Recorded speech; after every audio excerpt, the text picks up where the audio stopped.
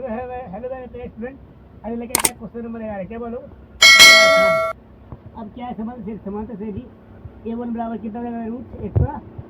118 कितना देगा बोलो 18 a2 बराबर 50 रूट 50 क्या निशान बनता निकालना है d बराबर फॉर्मूला है a2 माइनस कितने 50 माइनस रूट 18 अब घटा देना क्या करना तो यहाँ पे हो जाएगा 50 में 18 घटा तो हो जाएगा दो कितने 3 32 का रूट करो 32 खंड करना है 16 2 8 2 4 2 2 2 क्या लिखना है 2 गुना 2 गुना 2 गुना 2 गुना 2 5 के 2 आया 2 को 2 बाहर कर लो 2